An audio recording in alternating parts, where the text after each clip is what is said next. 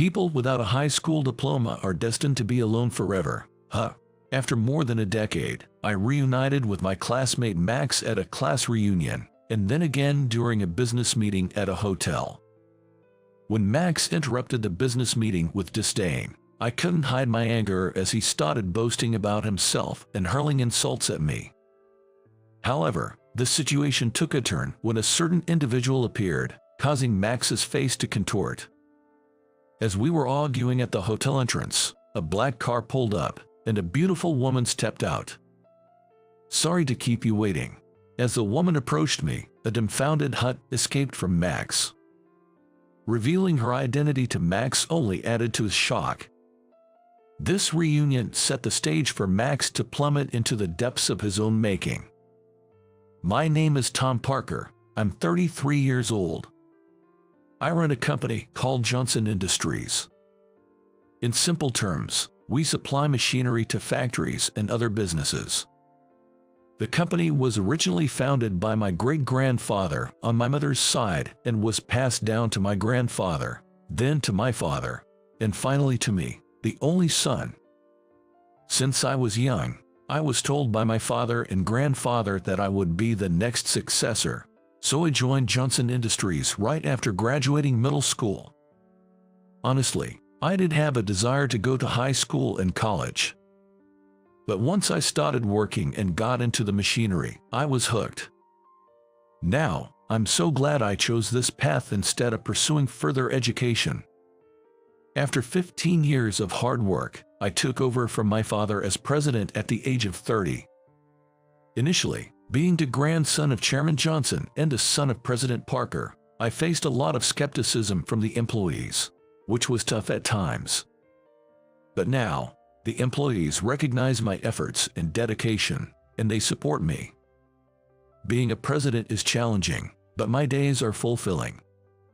One day, a postcard arrived for me out of the blue.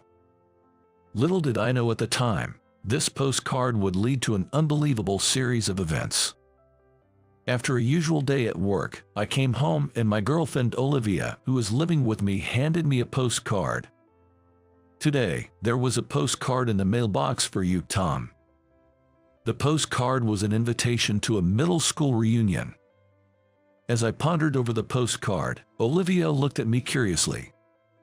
"Why are you making such a serious face? Don't you want to go to the reunion?" It seemed I was wearing a rather grim expression. "To be honest, I'm torn about going," I replied, leaving Olivia even more puzzled. I had a reason for feeling this way. There was someone from my class I didn't want to meet. I would have liked to catch up with old friends, as reunions don't happen often. But the thought of encountering that person made it hard to decide. The person I didn't want to meet was Max, a classmate from my second and third years of middle school. In school, I wasn't particularly prominent or obscure. I was somewhere in the middle.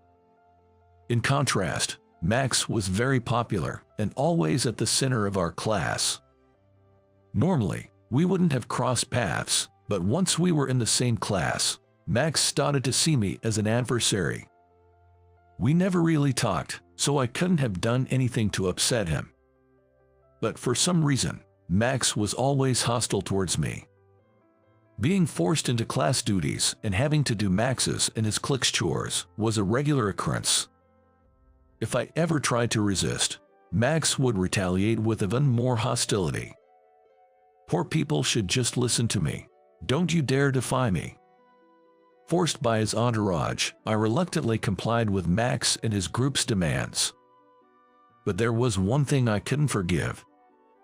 It happened when I announced I would join a family business instead of continuing my education.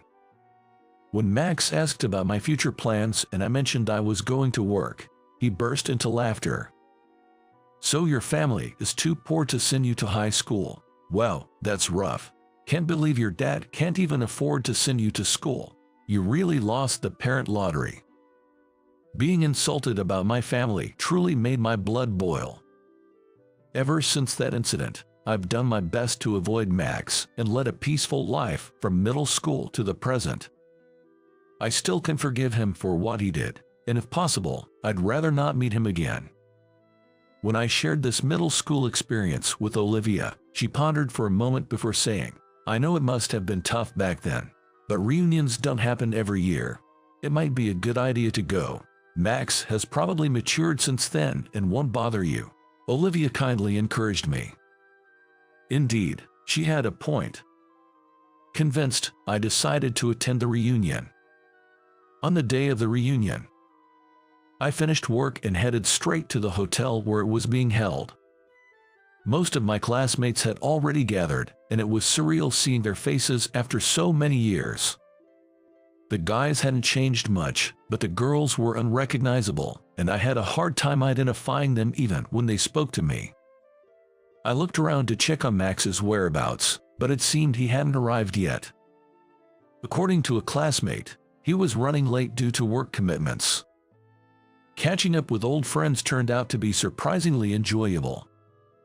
As we reminisced over drinks, I found myself indulging more than usual. I was glad I took Olivia's advice and attended the reunion. However, the good times didn't last. While chatting with some close friends from back in the day, Max showed up late and remarked, "Look who's here, the pool kid." He had already had a few drinks by the time he arrived at our group. I was so engrossed in my conversation that I hadn't noticed Max's arrival. Contrary to Olivia's hopes, Max hadn't changed at all, neither in appearance nor in attitude. But I was a grown man now. "Hey, long time no see, how've you been?" I responded maturely to Max's taunts. Annoyed by my demeanor, Max, flushed with anger and alcohol, sneered, "Got time to kill here, do you? Must be because you didn't even finish high school, right? Can't imagine anyone decent hiring you." Despite attempts by a few classmates to calm him down, Max remained unapologetic. Thomas, one of the classmates, tried to intervene, but I stopped them. "It's okay, really. So Max, where are you working these days?" When I asked, Max began to speak with a look of self-satisfaction on his face. "I'm a sales supervisor at Harrison Industries." Harrison Industries was a fairly well-known company, not a major conglomerate but sizable. "I'm just a supervisor now, but I'm set to become the president in the future." President? For family connections or something? Upon hearing my words, Max's expression grew even more smug. No, I'm going to become part of the family. I was introduced to the president's daughter by President Harrison himself. We're dating now and plan to marry next year, so I'm the next president in line." It seemed he had been set up with the only daughter of President Harrison, and things had progressed smoothly to engagement. "I have everything you could ever want but can't have. Jealous. Wishing you happiness," I replied, seeing no point in engaging further. Yet, Max seemed displeased with my response. "What's with that attitude? I've always hated that smug look of yours." Perhaps the alcohol had clouded his judgment as he lunged at me. I was taken aback by his sudden move, but thanks to nearby classmates and the organizers, I managed to avoid confrontation. Assured by the organizer that they would handle the situation, I regretfully decided to leave the rest to them. I thought my presence might only cause more trouble, which is why I decided to leave. Reluctantly, I exited the scene. Later, I received a call from a classmate who had exchanged numbers with me, filling me in on what happened after I left. Max had caused such a scene that the organizers had to forcibly remove him from the venue. I'll never forgive him. It seems Max harbored anger towards me until the end. Some classmates even asked me, "Did you do something to him?" I still can't understand what about me irked him so much. When I shared the reunion story with Olivia, she said with a look of disbelief, "Some people just don't change even as adults. It's quite a learning experience." Some time had passed since the reunion. I had almost forgotten about that day and was living my usual life when some exciting news came my way. A company I had been courting for years reached out, wanting to discuss business in detail. It felt like a dream come true, and I was over the moon, but then a problem arose. The issue was that the meeting was scheduled on the same day as Olivia's birthday. Normally, I would prioritize work. However, it was going to be our first birthday celebration together, and I had made reservations at a restaurant months in advance. But I couldn't afford to turn down this business opportunity. As I was wrestling with this dilemma, Olivia noticed and asked what was wrong, so I explained the situation to her. If it's for work, then it can't be helped. Seeing Olivia's disappointed face made me feel incredibly guilty. Unable to give up on either, I was searching for a solution. At that moment, something suddenly occurred to me. This hotel, coincidentally, the venue Mr. Thompson had chosen for the meeting was the same hotel where I planned to have dinner with Olivia. As long as the meeting didn't overrun, there would be a 1-hour window before our reservation. I'll send a car to pick you up on the day. Can you take it to the hotel? That's totally fine, but are you sure? Yeah, the meeting is with Mr. Thompson, and it's in the same hotel, so there shouldn't be any issues. Reassured by my words, Olivia seemed pleased. I was relieved to have resolved one issue, but little did I know what was to come. On the day of the meeting, I arrived at the hotel lounge to find Mr. Thompson already enjoying a coffee. Mr. Thompson was staying at this hotel because his daughter and her family, who live far away, had come to visit. They were out sightseeing, and Mr. Thompson planned to join them after our meeting. This was why our meeting was scheduled at the hotel. The meeting started well, with Mr. Thompson listening intently to my presentation and even offering positive feedback.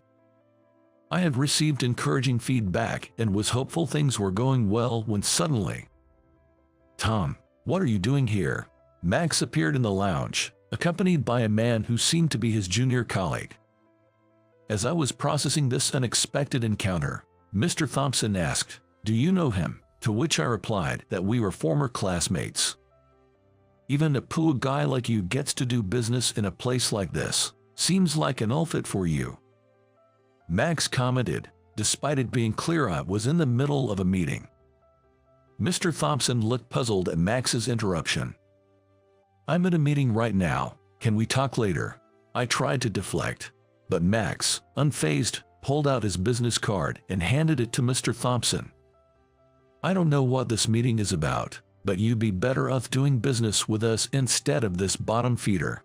A college graduate like me can give you a much better presentation than a high school dropout." Despite my attempts to intervene with a "hey," Max wouldn't stop. He continued to boast about his own superiority and looked down on me as the lowest of the low. Mr. Thompson's expression darkened, and he abruptly declared, "I can't stand this any longer. This is intolerable. Today's meeting is cancelled." With that, he stormed out of the lounge, visibly furious. I hurried after Mr. Thompson, but for some reason, Max and his junior colleague followed as well. As Mr. Thompson got into a taxi, I apologized, saying, "I'll come to apologize properly." He responded with a kind expression, promising to contact me later to reschedule. After seeing Mr. Thompson off, I turned and glared at Max behind me, shouting, "What were you thinking? Interrupting someone's business meeting like that? What's going on in your head?" Yet, Max showed no sign of remorse. I wasn't trying to interfere on purpose, just offering some friendly advice. Feeling it was pointless to continue the conversation, I quickly decided to leave the scene. "I'll be staying here soon with my fiancée. We came today to check out the place in advance." I didn't ask, but Max volunteered this information anyway. I just randomly chimed in and was about to return inside when Max suddenly said, "People without a high school diploma will always be alone." Confused by his comment, I was taken aback when he added, "You're heading towards a lonely old age, so maybe I should ask my fiancée to set you up with someone. But then, everyone probably rejects poor people like you." Unsure how to respond, I was at a loss when suddenly, a sleek black car pulled up in front of us. A stunningly beautiful woman emerged from the sleek black car. Her beauty was so overwhelming that Max and his junior colleague were left speechless. The woman looked at me and said, "Sorry to keep you waiting." I wasn't waiting, just had some things to deal with and came outside. The woman who had stepped out of the car was Olivia. As we were exchanging words, a confused "huh" could be heard. Turning towards Max, I saw him demanding, "Hey, who's this beauty? Introduce me. Can't you tell from the conversation? This is Olivia, my girlfriend. Pleased to meet you, I'm Olivia." Upon introducing Olivia, Max incredulously started mocking me in front of her. "No way. Someone like you couldn't possibly have such a gorgeous girlfriend. What kind of dream are you living in? A high school dropout at the bottom of the social ladder couldn't possibly be with someone so beautiful. She's wearing brand name stuff, and you're worlds apart. There's no way she's your girlfriend." Watching Max laugh and point at me stirred my anger. Just as I was about to retort, Olivia stepped in. "Could you please stop mocking my boyfriend? It's extremely unpleasant." Her clear displeasure and those words seemed to unsettle Max. "Is that really true?" Max asked me, to which I nodded firmly. Unexpectedly, Max made an audacious move. "It's a waste for you to be with someone like him. Why don't you switch to me?" Incredibly, right in front of me, her boyfriend, Max, started hitting on Olivia.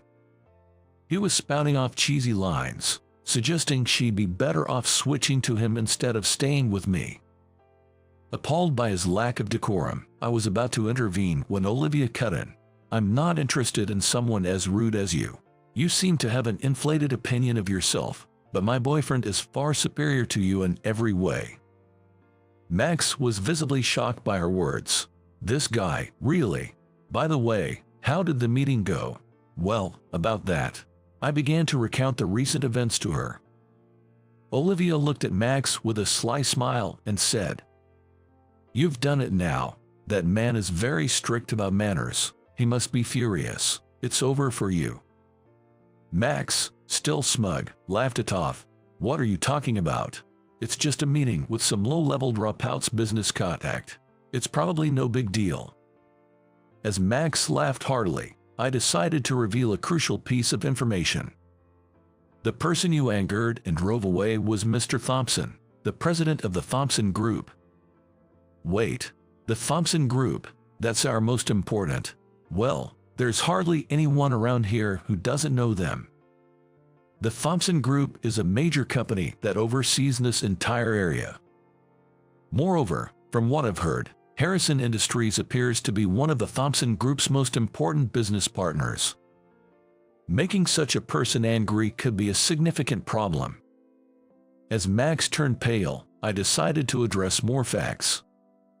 "You've always been calling me poor, but on what basis are you saying that? What are you talking about?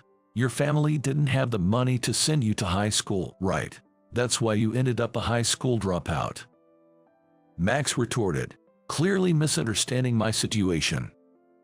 He seemed to think I didn't pursue higher education because my family was impoverished. I had explained when asked that I joined a family business after middle school, but he must have missed that part. So, I took the opportunity to clarify that I joined a family business by choice, not because we lacked funds. "I never heard that," Max said, looking at me as if seeing something unbelievable. Unable to hide his shock, I took the moment to ask something I'd wondered for years.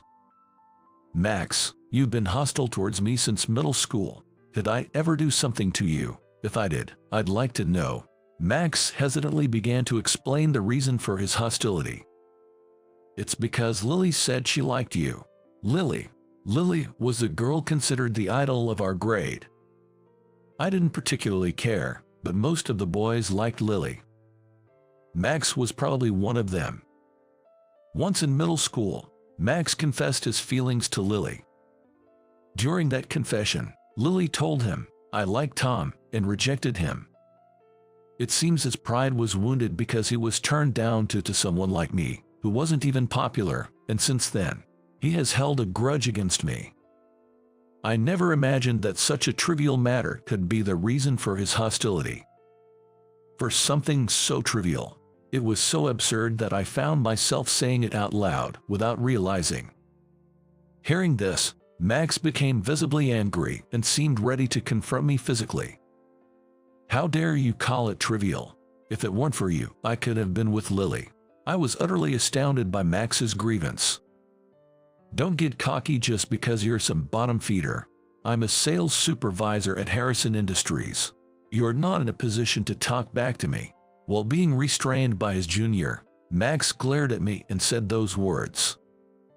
Then, Olivia, who was standing next to me, suddenly burst into laughter. "A sales supervisor standing up to a president like Tom, that's quite amusing." "What? President? Who are you talking about?" "My boyfriend." "You didn't know Tom is a president?" When Olivia said that, Max looked as if he'd been hit by a bolt from the blue. "Actually, I'm the president of Johnson Industries. I took over from my parents." "Johnson Industries? No way, that's..." Max's shock was understandable. "Though I say it myself, my company is considered a major player in the industry, and it's on a different scale compared to where Max works. It's not a company I started, but it has a long history of achievements." Frozen in place, Max couldn't seem to grasp the reality before him. "Tom, isn't it about time?" Olivia said, looking at her watch. It was 10 minutes before our reservation. "You better make a proper apology to Mr. Thompson." With that, Olivia and I went back into the hotel. The next day, when I arrived at the office, I noticed a familiar figure causing a scene at the reception in the lobby. As the receptionist noticed me and called out with a troubled look, "President Parker," the person turned and approached me briskly.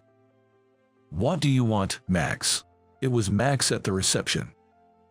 Red-faced and agitated, he grabbed my collar and accused, "It's your fault Mr. Thompson canceled our contract.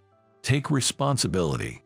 It seems that there had been a call from Mr. Thompson's office to terminate the contract with Harrison Industries, causing a major uproar." "What do you expect me to do? This isn't something I can fix. You'll have to sort it out yourself. If you just apologize to Mr. Thompson, everything can be settled. It's all up to your apology. An apology from me won't solve anything." We argued back and forth in the lobby, but it was going nowhere.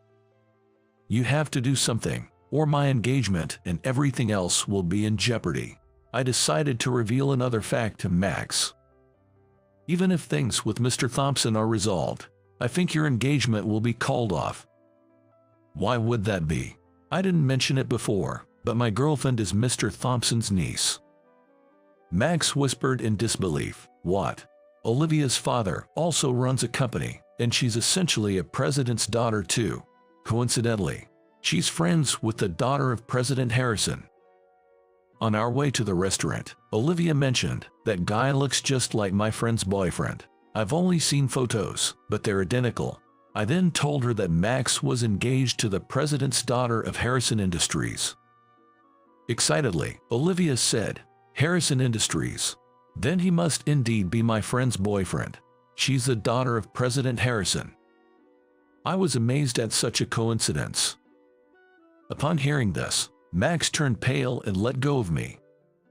"I think it's only a matter of time before this reaches the president's daughter through my girlfriend, and then it'll get to President Harrison," I said. At that, Max collapsed on the spot, muttering, "It's all over." Since we couldn't have him loitering in the company any longer, I told him, "There's nothing I can do for you. You're disrupting work, so please leave." Max glared at me, got up, and then landed a solid punch on my cheek. Caught off guard, I fell to the ground. Security quickly intervened, restraining Max, who was then reported to the police and taken away. "I'll be filing a formal complaint, so be prepared," I declared. As he was led away by the police, Max, tears streaming down his face, lamented, "This wasn't supposed to happen. It was supposed to be easy mode." Afterward, I intended to file a complaint about the assault. However, Max's parents came to me multiple times, offering to pay for the treatment and compensation, pleading for a settlement, which I eventually agreed to. Max's parents seemed like decent people, making it all the more baffling how Max turned out the way he did. Due to this incident and being taken away by the police, Max was fired from his job. He was dumped by the president's daughter, evicted from the company dormitory, and ended up losing his home and job. He was reportedly going around asking friends and acquaintances for money. Some classmates must have complained to his parents, who couldn't stand to see their son's downfall and found him a live-in job. According to a classmate, Max is working there now, but his salary is managed by his parents, leaving him with no disposable income. It's his own doing, so I hope he reflects on his actions. Afterward, I had the opportunity to negotiate with Mr. Thompson once again. This time, we successfully finalized a contract, and I breathed a sigh of relief. Mr. Thompson even went as far as to say, "Please take good care of my niece." Recently, I proposed to Olivia. I had decided to propose once my work was on track. Tears in her eyes, Olivia said, "Thank you. Now that I have even more to protect, I'm committed to do it with all my might."